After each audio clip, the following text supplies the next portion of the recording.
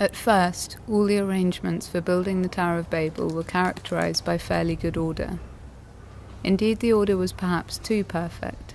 Too much thought was taken for guides, interpreters, accommodation for the workmen, and roads of communication, as if there were centuries before one to do the work in. In fact, the general opinion at the time was that one simply could not build too slowly. A very little insistence on this would have sufficed to make one hesitate to lay the foundations at all.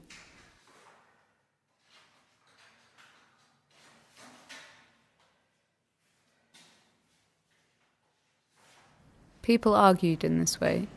The essential thing in the whole business is the idea of building a tower that will reach to heaven. In comparison with that idea, everything else is secondary.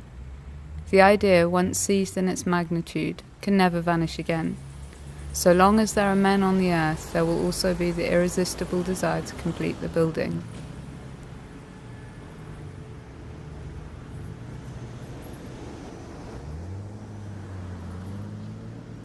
So why exert oneself to the extreme limit of one's present powers?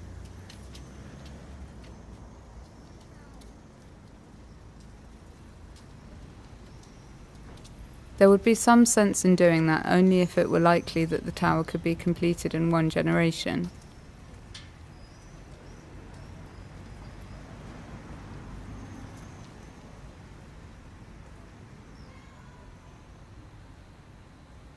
But that is beyond all hope. It is far more likely that the next generation, with their perfected knowledge, will find the work of their predecessors bad, and tear down what has been built, so as to begin anew.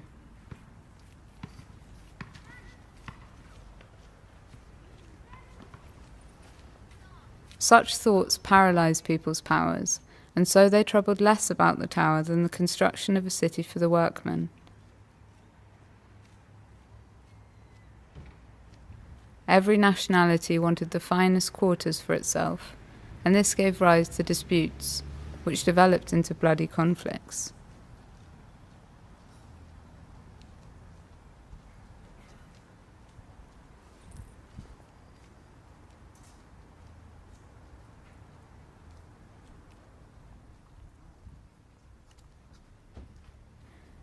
These conflicts never came to an end. To the leaders they were a new proof that in the absence of the necessary unity, the building of the tower must be done very slowly, or indeed preferably postponed until universal peace was declared.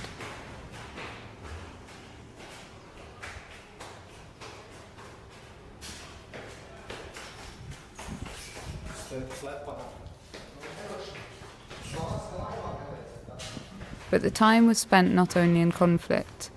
The town was embellished in the intervals, and this, unfortunately enough, evoked fresh envy and fresh conflict.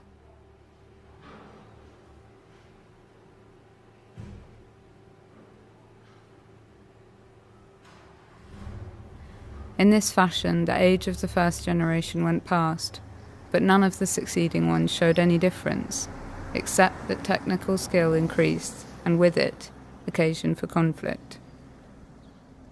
To this must be added that the second or third generation had already recognized the senselessness of building a heaven-reaching tower, but by that time everybody was too deeply involved to leave the city.